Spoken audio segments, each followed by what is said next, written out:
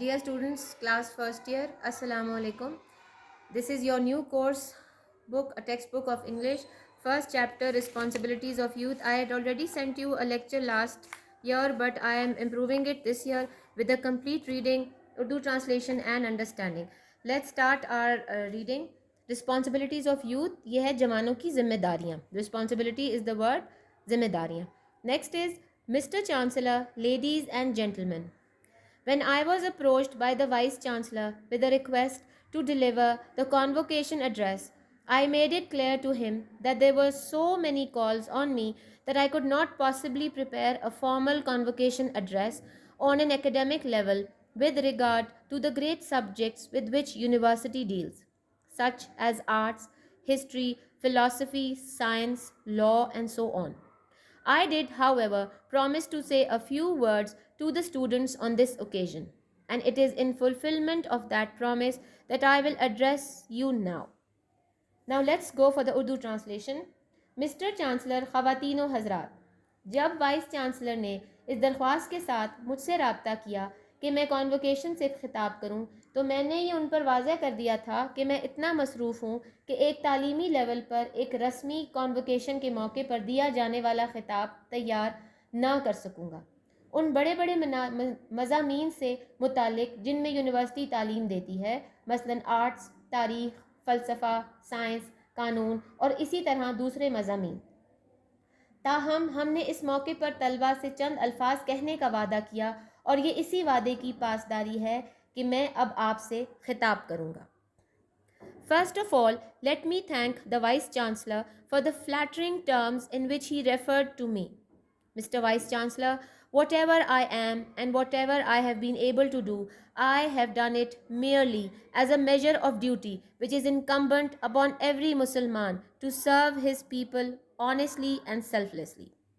In addressing you, I am not here speaking to you as head of the state, but as a friend, and as one who has always held you in affection. Many of you have today got your diplomas and degrees, and I congratulate you. Just as you have won the laurels in your university and qualified yourselves, so I wish you all success in the wider and larger world that you will enter. Many of you have come to the end of your scholastic career and stand at the threshold of life. Unlike your predecessors, you fortunately leave this university to enter life under a sovereign, independent state of your own. It is necessary that you and your other fellow students fully understand the implications of the revolutionary change that took place on the birth of Pakistan.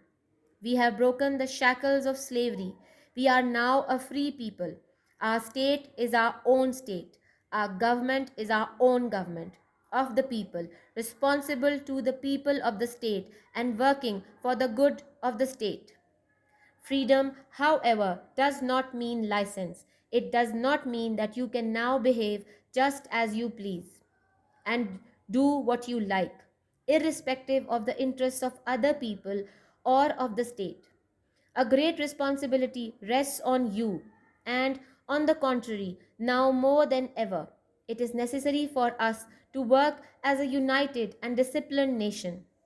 What is now required of us all is constructive spirit and not the militant spirit of the days when we were fighting for our freedom. It is far more difficult to construct than to have a militant spirit for the attainment of freedom. It is easier to go to jail or fight for freedom than to run a government. Let me tell you something of the difficulties that we have overcome and of the dangers that still lie ahead. Thwarted in their desire to prevent the establishment of Pakistan, our enemies turned their attention to finding ways and means to weaken and destroy us. Thus, hardly had the new state come into being when came the Punjab and Delhi Holocaust. Thousands of men, women, and children were mercilessly butchered, and millions were uprooted from their homes. Over 50 lakhs of these arrived in the Punjab within a matter of weeks. The care and rehabilitation of these unfortunate refugees, stricken in body and in soul, presented problems which might well have destroyed many a well established state. But those of our enemies who had hoped to kill Pakistan at its very inception by these means were disappointed. Not only has Pakistan survived the shock of that upheaval, but also it has emerged stronger, more chastened, and better equipped than ever. There followed in rapid succession other difficulties, such as withholding by India of our cash balances, of our share of military equipment, and lately the institution of an almost complete economic blockade of your province. I have no doubt that all right thinking men in the Indian Dominion deplore means hate these happenings, and I am sure the attitude of the mind that has been responsible for them will change. But it is essential that you should take note of these developments. They stress the importance of continued vigilance on our part. Your main occupation should be in fairness to yourselves, in fairness to your parents, and indeed in fairness to the state to devote your attention solely to your studies. It is only thus that you can equip yourselves for the battle of life that lies ahead of you. Only thus will you be an asset and a source of strength and a pride to your state.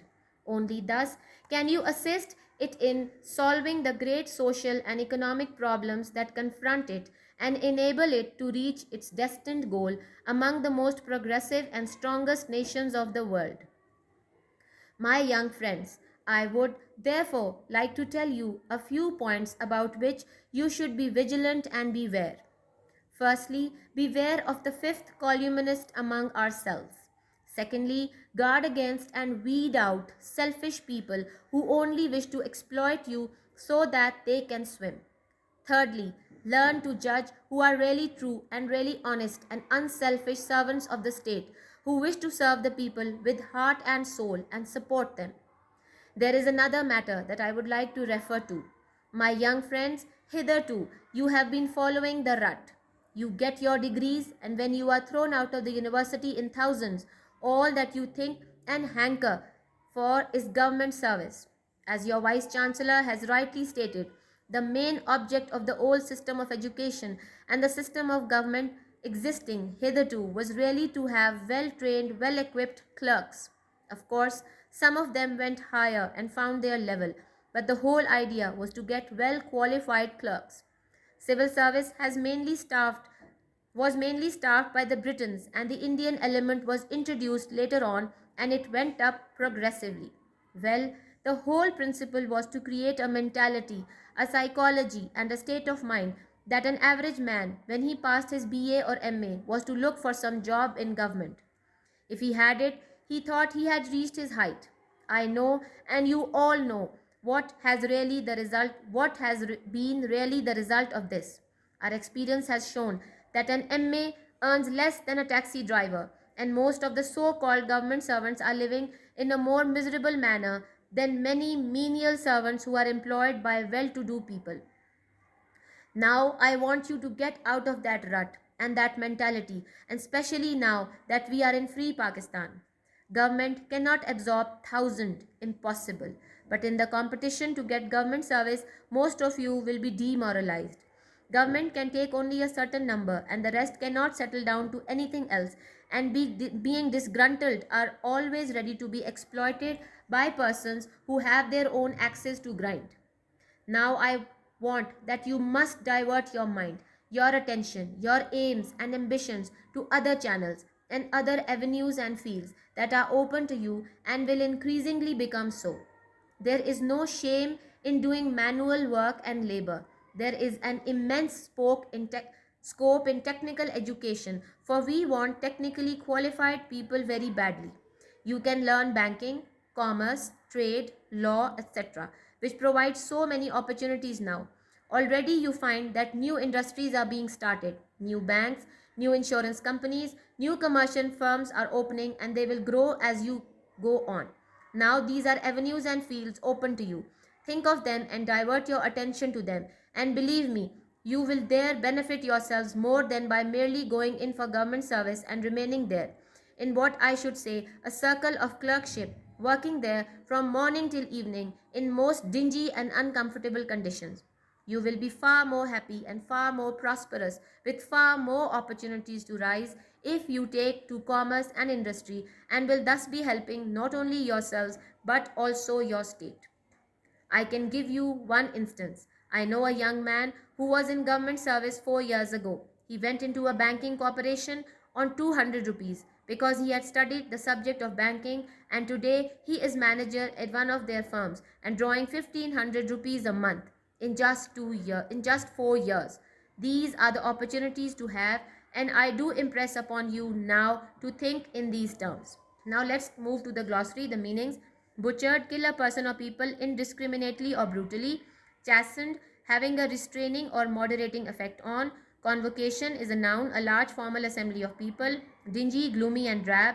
Disgruntled, angry or dissatisfied. Exploit, make full use of and derive benefit from. Next is fifth columnist. A fifth column is any group of people who undermine a larger group from within, usually in favor of an enemy group or nation. Hanker, feel a strong desire to do or for or to do something. Holocaust, destruction or slaughter on a mass scale, especially caused by fire or nuclear war. Incumbent is a noun, necessary for someone as a duty or responsibility. Instance, an example or single occurrence of something. Laurels, noun, bestow an award or praise on someone in recognition of an achievement. Rut, a long deep track made by the repeated passage of the wheels of vehicles.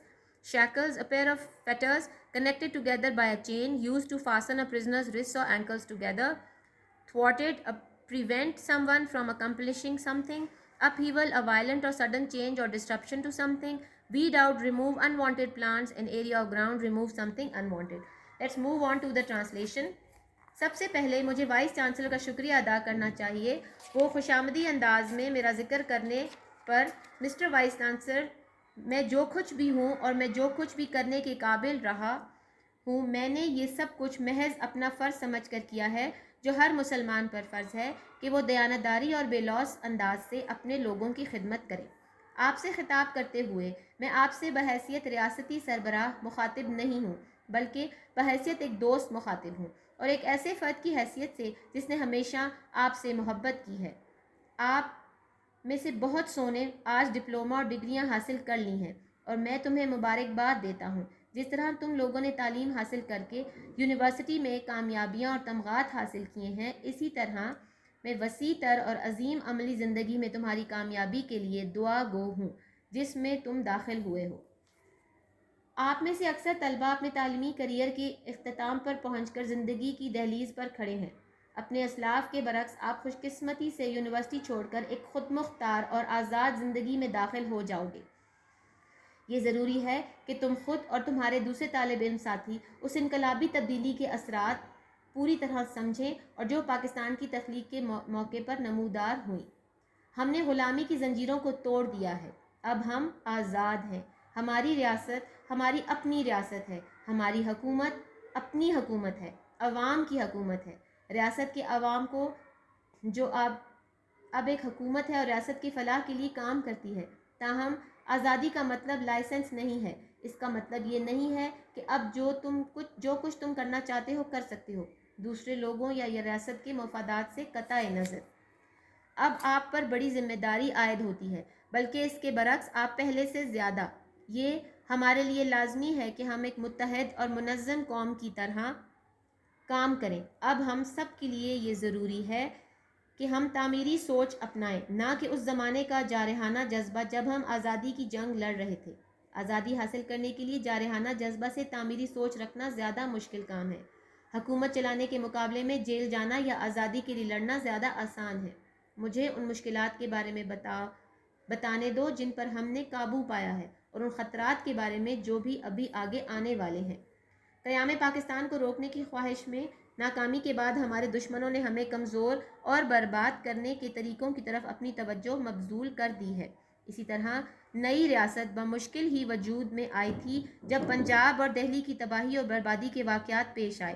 ہزاروں مرد، خواتین اور بچوں کو بے دردی سے قتل کر دیا گیا اور لاکھوں لوگوں کو بے گھر کر دیا گیا۔ اب بے گھر لوگوں میں سے 50 لاکھ سے زیادہ افراد چند ہفتوں کے اندر پنجاب آئے۔ جسمانی اور روحانی طور پر ان متاثرہ بدقسمت مہاجرین کی نگہداشت اور بحالی کے ایسے مسائل کھڑے کر دیے جو کہ ایک مضبوط ریاست کو بھی برباد کر دیتے، لیکن ہمارے ان دشمنوں کو مایوسی ہوئی جو ابتدا ہی سے پاکستان کو ان طریقوں سے ختم کرنا چاہتے تھے۔ پاکستان نے نہ صرف اس انتشار کا صدمہ برداشت کیا بلکہ پہلے سے زیادہ مضبوط، پاکیزہ اور بہتر وسائل سے لیس ہو کر ابھرا۔ اس کے بعد تیزی سے یکے بعد دیگرے دوسری مشکلات ابھریں، مثلاً ہندوستان کا ہمارے نقد رقوم کو روکنا، فوجی ساز و سامان میں ہمارا حصہ اور بعد میں تمہارے صوبے کی تقریباً مکمل معاشی بندش۔ مجھے کوئی شک نہیں کہ ہندوستان میں تمام صحیح سوچ رکھنے والے لوگ ان واقعات پر افسوس کا اظہار کرتے ہیں۔ مجھے یقین ہے کہ ایسے واقعات کے ذمہ دار لوگوں کی ذہنیت تبدیل ہو جائے گی، لیکن یہ لازمی ہے کہ تمہیں ان حالات پر نظر رکھنی پڑے۔ وہ ہماری مسلسل کھڑی نظر کی اہمیت پر زور دیتے ہیں۔ تمہارا اصل کام اپنے آپ سے ایمانداری، اپنے والدین سے ایمانداری اور در حقیقت ریاست سے دیانتداری ہونی چاہیے کہ تم اپنی توجہ مکمل طور پر اپنے مطالعے پر مذکور رکھو۔ صرف اسی طریقے سے تم آئندہ زندگی کی جنگ کے لیے خود کو تیار کر سکتے ہو۔ صرف اسی طریقے سے تم اپنی ریاست کے لیے ایک اثاثہ، طاقت اور فخر کا ذریعہ بن جاؤ گے۔ بس تم صرف اسی طرح ملک کو درپیش معاشرتی اور معاشی مسائل حل کرنے میں مدد دے سکتے ہو اور اس سے دنیا کے ترقی یافتہ اور مضبوط ترین ممالک میں اپنی منزل تک پہنچنے کے قابل بنا سکتے ہو۔ میرے جوان دوستو، اس لیے میں تمہارے چند نکات بتانا چاہتا ہوں جن کے متعلق تمہیں ہوشیار اور چوکنا رہنا چاہیے۔ سب سے پہلے ہمیں اپنے اندر وطن دشمن عناصر سے ہوشیار رہنا چاہیے۔ دوسرا یہ کہ خود غرض لوگوں سے خود کو محفوظ رکھو اور انہیں ختم کرو جو اپنی مقاصد کے لیے تمہیں استعمال کرنا چاہتے ہیں۔ تیسری بات یہ ہے کہ ان لوگوں کو پہچاننا سیکھو جو کہ حقیقی معنوں میں ریاست کے دیانتدار اور بے لوث خادم ہیں، جو دل و دماغ سے لوگوں کی خدمت کرنا اور ان کی حمایت کرنا چاہتے ہیں۔ میں ایک دوسرے معاملے کا حوالہ دینا چاہتا ہوں۔ میرے جوان دوستو، تم اب تک پرانے راستوں پر چل رہے ہو۔ تم اپنی ڈگریاں حاصل کرتے ہو اور جب تم یونیورسٹی سے ہزاروں کی تعداد میں نکلتے ہو تو آپ جس چیز کی سب سے زیادہ خواہش رکھتے ہو وہ سرکاری نوکری ہوتی ہے۔ جیسا کہ تمہارے وائس چانسلر نے پرانے نظام تعلیم اور موجودہ حکومتی نظام کا وجہ طور پر بڑا مقصد بیان کیا ہے کہ ابھی تک اچھی تربیت یافتہ کلرکس پیدا کرنا ہے۔ بے شک ان سے چند ترقی کرتے ہوئے اپنے لیول پر پہنچ گئے ہیں، لیکن مجموعی طور پر صرف اچھے تعلیم یافتہ کلرک کس لیے پیدا کرنا ہے؟ سول سروس میں زیادہ تر انگریز تھے، بعد میں ان میں ہندوستانی عنصر متعارف کیا گیا اور بتدریج ان میں اضافہ ہوا۔ اچھا پورا اصول صرف یہ ذہنیت اور سوچ پیدا کرنا ہے کہ ایک متوسط آدمی BA MA پاس کرنے کے بعد حکومتی اداروں میں ملازمت کی تلاش کرے۔ اگر وہ اسے پا لیتا ہے تو وہ سمجھتا ہے کہ وہ کامیابی کی انتہا پر پہنچ چکا ہے۔ میں اور تم سب جانتے ہیں کہ اس کے نتیجہ رہا ہے۔ ہمارا تجربہ بتاتا ہے کہ MA پاس بندہ ایک ٹیکسی ڈرائیور سے کم کماتا ہے اور زیادہ تر حکومتی ملازم ہاتھ سے مزدوری کرنے والے مزدوروں سے زیادہ بری حالت میں زندگی گزارتے ہیں جو کہ امیر لوگوں کے ہاں ملازم ہوتے ہیں۔ اب میں تمہیں اس پرانی روش اور اس ذہنیت سے نکالنا چاہتا ہوں، اور خاص طور پر اب جب کہ تم آزاد پاکستان میں رہتے ہو۔ حکومت کے لیے ہزاروں افراد کو ملازمت دینا ناممکن ہے، لیکن گورنمنٹ سروس حاصل کرنے کے مقابلے میں تمہاری اکثریت حوصلہ ہار جاتے ہیں۔ حکومت صرف خاص تعداد میں افراد کو ملازمت دے سکتی ہے اور بقیہ لوگ کسی بھی دوسری جگہ ملازمت نہیں پا سکتے، اور اسی طرح وہ مایوس ہو کر ہمیشہ ایسے لوگوں کے ہاتھ لگنے کے لیے تیار ہوتے ہیں جن کے پاس توڑنے کے لیے اپنی کلہاڑیاں ہوتی ہیں، مثلاً جو آپ کی مجبوری کا فائدہ اٹھاتے ہیں۔ اب میں چاہتا ہوں کہ تم اپنا ذہن، اپنی توجہ، اپنے مقاصد اور اپنی منزل دوسری راہوں کی طرف موڑ دو اور دوسرے شعبوں کی طرف متوجہ ہو جاؤ جو تمہارے لیے کھلے ہیں، اور رفتہ رفتہ ان میں اضافہ بھی ہو رہا ہے۔ ہاتھ سے کام کرنے اور محنت مزدوری میں کوئی شرم نہیں۔ تکنیکی تعلیم میں وسعت بہت زیادہ ہے کیونکہ ہم سب شدت سے تکنیکی طور پر ماہر لوگوں کو چاہتے ہیں۔ اب بینکنگ، تجارت، کاروبار اور قانون سیکھ سکتے ہیں جو بہت سے مواقع فراہم کرتے ہیں۔ پہلے ہی سے آپ کو معلوم ہے کہ نئی صنعتیں کھولی جا رہی ہیں اور نئے بینک، نئے انشورنس کمپنیاں، نئے تجارتی مرکز کھل رہے ہیں، اور جوں ہی آپ آگے بڑھتے ہیں یہ بھی ترقی کر جاتے ہیں۔ اب یہ شعبے تمہارے لیے کھلے ہیں، ان کے بارے میں سوچو، ان کی طرف توجہ مبذول کرو اور مجھ پر یقین کرو کہ تم گورنمنٹ سروس میں جانے کے مقابلے میں خود کو زیادہ فائدہ پہنچاؤ گے۔ اس چیز میں جس کو میں کلرک شپ کہوں، جہاں پر آپ کو صبح سے شام تک ایک پریشان کن اور مشکل حالات میں کام کرنا ہوگا. اگر تم صنعت و تجارت کا پیشہ اختیار کرو گے تو تم بہت سے مواقعوں کے ساتھ بہت زیادہ خوش اور خوشحال ہوگے، اور اسی طرح نہ صرف اپنے آپ کی مدد کر سکو گے بلکہ اپنی ریاست کی بھی. میں آپ کو ایک مثال دے سکتا ہوں. میں ایک جوان آدمی کو جانتا ہوں جو کہ سرکاری ملازم تھا. 4 سال پہلے وہ 100 روپے تنخواہ پر ایک بینکنگ کارپوریشن میں چلا گیا کیونکہ اس نے بینکنگ کے مضمون کو پڑھا تھا، اور آج وہ ان کے ایک فرم میں مینیجر ہے اور ماہانہ 1500 روپے تنخواہ لے رہا ہے، صرف 4 سالوں میں. یہی وہ مواقع ہیں، اور میں آپ کے ذہنوں میں یہ بات بٹھانا چاہتا ہوں کہ آپ بھی اسی طرح کی سوچ اپنائیں. I've read the entire lesson to you in the English reading and also given you the meanings and now the Urdu translation. I hope you liked the lecture. I hope it was beneficial, as understanding of the lesson is very important.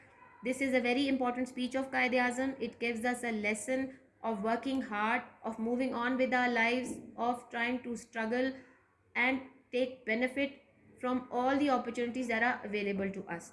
I hope you like the lecture. Please like and subscribe our channel and give us your feedback on how we are doing. Thank you so much.